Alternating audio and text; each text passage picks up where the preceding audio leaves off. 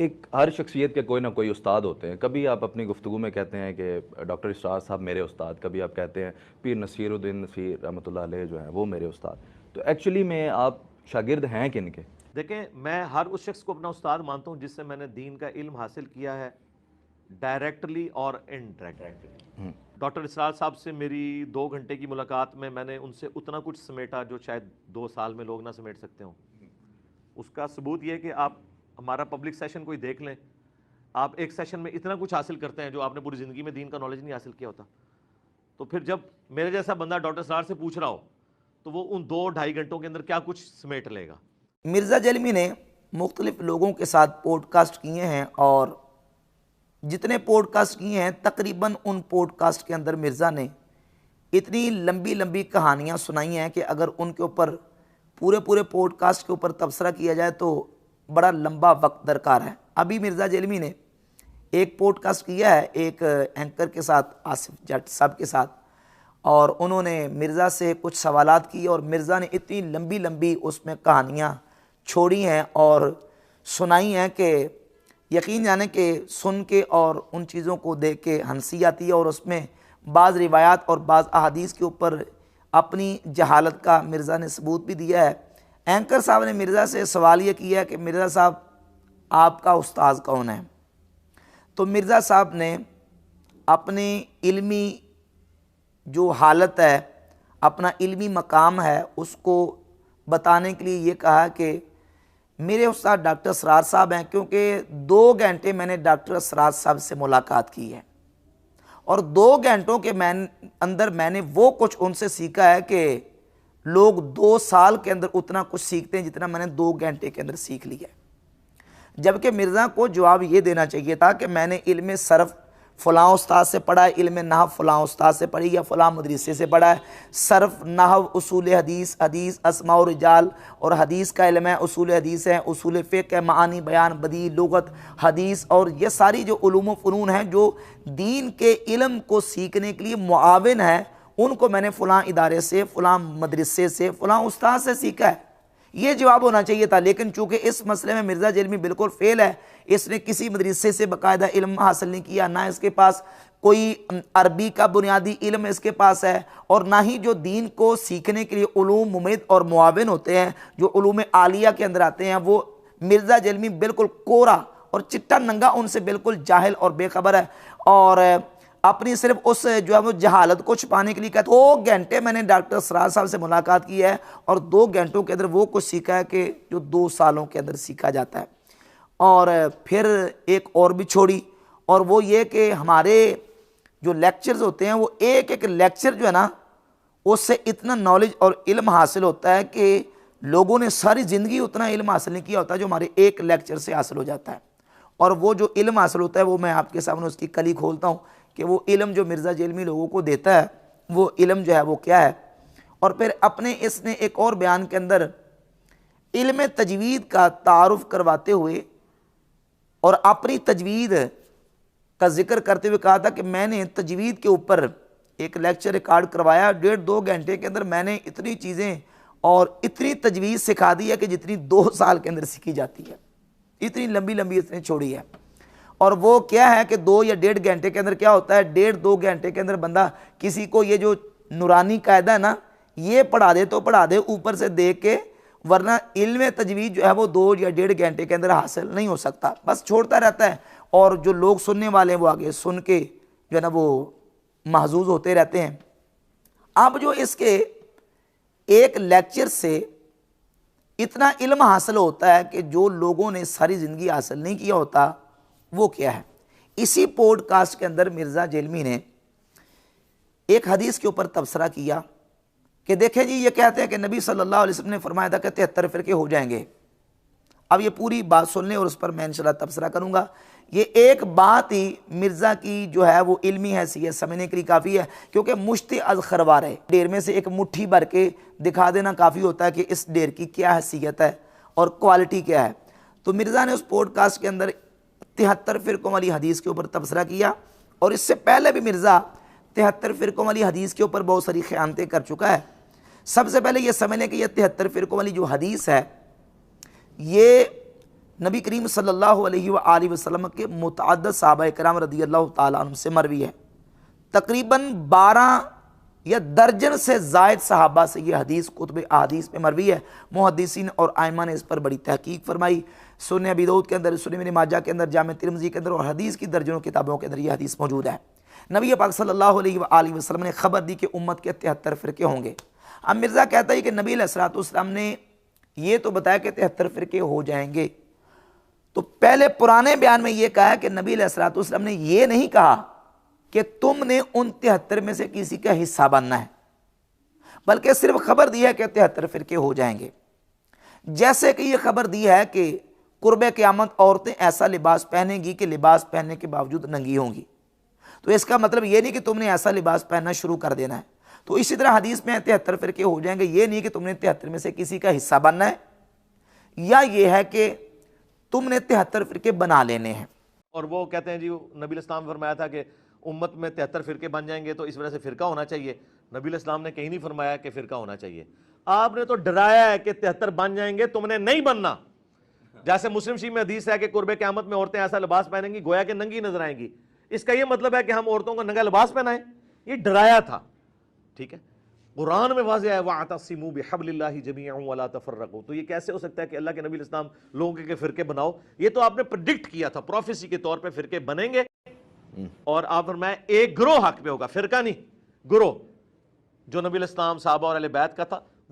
یہ بات تو درست ہے کہ تم نے فرقے نہیں بنانے، اس میں کوئی شک نہیں، لیکن جب فرقے بن جائیں گے اور نبی کریم علیہ الصلوۃ والسلام نے امت کو خبر دی ہے کہ بنیں گے، تو تم نے اس وقت کیا کرنا ہے، اس کی رہنمائی نبی کریم علیہ الصلوۃ والسلام نے انہی احادیث کے اندر دی ہے۔ سب سے پہلے اس حدیث کی تخریج اور تھوڑی سی میں آپ کے سامنے اس کی تفصیل بیان کروں گا۔ رسول پاک صلی اللہ علیہ وآلہ وسلم کے جلیل القدر صحابہ نے اس حدیث کو روایت کیا ہے، جن میں سے سیدنا امیر معاویہ رضی اللہ تعالیٰ عنہ، عوف بن مالک، عبداللہ بن عمر، سعد بن ابی وقاص، عمر بن عوف المزنی، ابو امامہ الباہلی، انس بن مالک، سیدنا ابو ہریرہ، عبداللہ بن سلام رضی اللہ تعالیٰ عنہم، عبداللہ بن عمر اور عبداللہ ابن عباس رضی اللہ تعالیٰ عنہ اجمعین، یہ تقریباً جلیل القدر بڑے بڑے عظیم صحابہ ہیں، انہوں نے اس حدیث کو بیان کیا ہے، اور درجن سے زائد صحابہ نے اس حدیث کو بیان کیا، اور یہ حدیث جو ہے وہ اس کی بعض سندیں صحیح، بعض حسن اور بعض اس کی سندیں ضعیف بھی ہیں، لیکن بہرحال یہ حدیث جو ہے وہ اپنے مجموعی طور کے ساتھ بالکل بالاتفاق صحیح حدیث ہے، اور بڑے بڑے ائمہ محدثین نے اس حدیث کو صحیح قرار دیا۔ اب وہ حدیث کیا ہے، میں اس کا ایک جو طریق ہے سنن ابی داؤد والا 4597 4597 آپ کے سامنے پڑھتا ہوں کہ نبی پاک صلی اللہ علیہ وآلہ وسلم نے فرمایا الا ان من قبلکم من اہل الکتاب افترقوا علی 72 ملہ، خبردار تم سے پہلی جو ملتیں تھیں وہ 72 فرقوں میں بٹ گئیں، وَإِنَّ هَذِهِ الْمِلَّةَ سَتَفْتَرِقُ عَلَى 73، اور الفاظ سنیے، وَإِنَّ هَذِهِ الْمِلَّةَ، اور بے شک میری یہ امت، میری یہ ملت، سَتَفْتَرِقُ عَلَى 73، 73 فرقوں میں بٹ جائے گی۔ تفترق، افترق یفترق، افتراق کا معنی بٹ جانا، الگ الگ ہو جانا، حصے ہو جانا، تقسیم ہو جانا، اس کے ٹکڑے ٹکڑے ہو جانا۔ میری یہ امت 73 فرقوں میں بٹ جائے گی۔ اب ان 73 فرقوں میں سے پہلے سے لے کر آخری 73 تک، ان 73 فرقوں میں سے 72 فی النار، 72 فرقے جہنم میں جائیں گے، وواحدۃ فی الجنہ، اور ایک جنت میں جائے گا۔ وواحدۃ فی الجنہ، یہ واحدہ، یہ کیا واحدہ، یہ ایک کیا ہے، وہ فرقہ، 73 میں سے ایک فرقہ جنت میں جائے گا، وواحدۃ فی الجنہ، ایک جنت میں جائے گا۔ صحابہ اکرام نے پوچھا یا رسول اللہ صلی اللہ علیہ وسلم، وہ ایک فرقہ جو جنت میں جائے گا وہ کون ہوگا؟ تو فرمایا ہی الجماعت، وہی جماعت ہوگی، وہی جماعت ہوگی مسلمانوں کی جو ایک فرقہ جنت میں جائے گا۔ اب 73 فرقوں میں سے ایک فرقہ جنت میں جائے گا اور وہی جماعت ہوگی۔ یہ حدیث کے اندر باقاعدہ الفاظ موجود ہیں، واحدہ کا جو صفت ہے یہ فرقہ کی صفت ہے، فرقہ تم واحدہ، ایک فرقہ جنت میں جائے گا۔ مرزا نے اس مقام پہ اتنی بڑی جہالت کا ثبوت دیا ہے کہ کہتا ہے جی کہ حدیث میں جو ہے نا کہ 73 میں سے ایک جنت میں جائے گی، تو یہ نہیں کہ وہ ایک فرقہ ہوگا، وہ گروہ ہوگا۔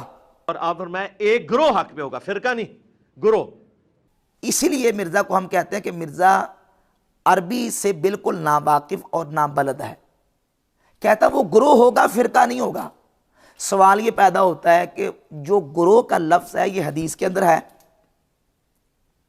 گروہ تو لفظ ہی اردو کا ہے. حدیث کے اندر لفظ کیا ہے؟ حدیث کے اندر فرقہ کا لفظ ہے. اور اس کے میں آپ کے سامنے ترک پیش کر دیتا ہوں. حدیث کے اندر گروہ کا لفظ نہیں. کہتا نہیں وہ فرقہ نہیں ہوگا، وہ گروہ ہوگا. بھائی گروہ عربی کا لفظ ہی نہیں ہے، گروہ تو اردو کا لفظ ہے اور گروہ ترجمہ ہے فرقے کا. تو آپ اس سے اندازہ لگا لیں مرزا کے لیکچر سے جو علم حاصل ہوتا ہے، جو کہتا ہے جی کہ پوری زندگی لوگوں نے اتنا علم حاصل نہیں کیا ہوتا جو ہمارے ایک لیکچر سے. یہ جہالت حاصل ہوتی ہے مرزا جلمی کے لیکچر سے کہ یہ کہتا ہے جی وہ فرقے کا لفظ نہیں ہے، وہ تو گروہ کا گروہ ہے کہ گروہ ہوگا. جبکہ حدیث کے اندر فرقہ کا لفظ بھی موجود ہے اور گروہ ترجمہ بھی فرقے ہی کا ہے، کیونکہ گروہ تو عربی کا لفظ ہی نہیں ہے، گروہ اردو کا لفظ ہے. یہ امام حاکم کی المستدرک الصحیحین ہے، اس میں 452 نمبر 452 نمبر حدیث ہے. اس میں لفظ ہے کلھا ضالہ الا فرقۃ واحدہ، باقی سارے کے سارے گمراہ ہوں گے، ایک فرقہ ہوگا جو جنت میں جانے والا ہے. یہ المستدرک الصحیحین اور المعجم الاوسط ہے. امام ابو القاسم سلیمان ابن احمد طبرانی المتوفیٰ 360 ہجری، اس میں 7840 نمبر حدیث لے کے ہے. صحابہ نے پوچھا وما تلک الفرقہ، یا رسول اللہ وہ ایک فرقہ جو جنت میں جائے گا وہ کون ہوگا؟ تو فرمایا من کان علی ما انا علیہ اليوم اصحابی، جس پر آج میں اور میرے صحابہ ہیں. اور یہ المعجم الاوسط کے بعد المعجم الصغیر ہے امام طبرانی کی، اس میں حدیث نمبر 733 ہے. قالوا وما ہی تلک الفرقہ، صحابہ نے پوچھا یا رسول اللہ وہ ایک فرقہ کون ہوگا؟ قال ما انا علیہ اليوم اصحابی، تو نبی پاک صلی اللہ علیہ وآلہ وسلم نے فرمایا جس پر آج میں اور میرے صحابہ ہیں. تو حدیث کے اندر تو فرقہ کا لفظ موجود ہے، اور وہ جو فرقہ ہے وہی مسلمانوں کی بڑی جماعت ہوگی. اور اس کی وضاحت جو ہے وہ جامع ترمذی کے اندر 2165 نمبر صحیح حدیث ہے. نبی پاک صلی اللہ علیہ وسلم کی اس حدیث سے ثابت ہوتا ہے، نبی پاک صلی اللہ علیہ وسلم نے ایک مقام پہ خطبہ دیا، اور حدیث لمبی میں اس کا ایک حصہ جو مستدل ہے میرا وہ پڑھتا ہوں. علیکم بالجماع و ایاکم والفرقہ، تم پر جماعت کا ساتھ لازم ہے، ایاکم والفرقہ، اور فرقوں سے بچ کے رہنا. اب 73 فرقے ہوں گے، ان میں سے ایک فرقہ جنت میں، باقی جہنم میں، اور وہ فرقہ جماعت ہوگا. نبی کریم علیہ الصلوۃ والسلام نے خود بیان فرما دیا. اور 2165 نمبر جامع ترمذی کی حدیث ہے، نبی کریم علیہ الصلوۃ والسلام نے خود فرمایا علیکم بالجماع، تم پر جماعت کا ساتھ لازم ہے، ایاکم والفرقہ، اور فرقوں سے بچ کے رہنا. اب سورہ آل عمران کی جو آیت ہے وَاعْتَصِمُوا بِحَبْلِ اللَّهِ جَمِيعًا وَلَا تَفَرَّقُوا، اس آیت کا معنی بھی اور مفہوم بھی یہی ہے کہ تم نے مسلمانوں کی جماعت کے ساتھ رہنا ہے. حبل اللہ، اور حبل اللہ کی تفسیر سیدنا عبداللہ ابن مسعود رضی اللہ تعالی عنہ نے فرمائی، جو کہ امام ابن جریر طبری اپنی تفسیر طبری کے اندر اسی آیت کی تفسیر میں نقل کرتے ہیں.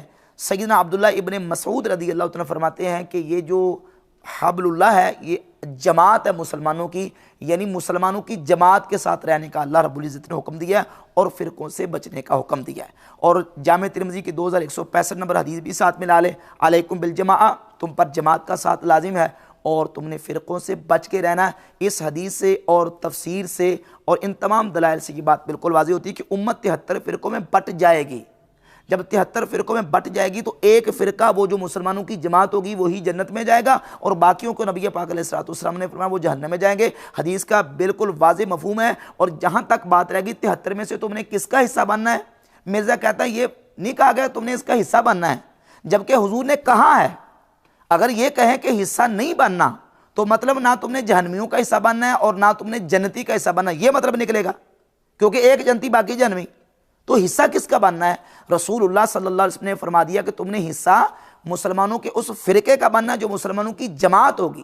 تم نے جماعت کا ساتھ دینا ہے، تم نے جماعت کو لازم پکڑنا ہے. اور مرزا جلمی کہتا ہے کہ تم نے حصہ کسی کا نہیں بننا. تو یہ بحمد تعالیٰ حدیث کی صحیح جو ایکسپلینیشن ہے اور صحیح وضاحت ہے وہ احادیث کے ساتھ بحمد تعالیٰ بالکل واضح ہو جاتی ہے، اور مرزا کی جو جہالتیں اور خیانتیں ہیں وہ اس سے واضح ہو جاتی ہیں.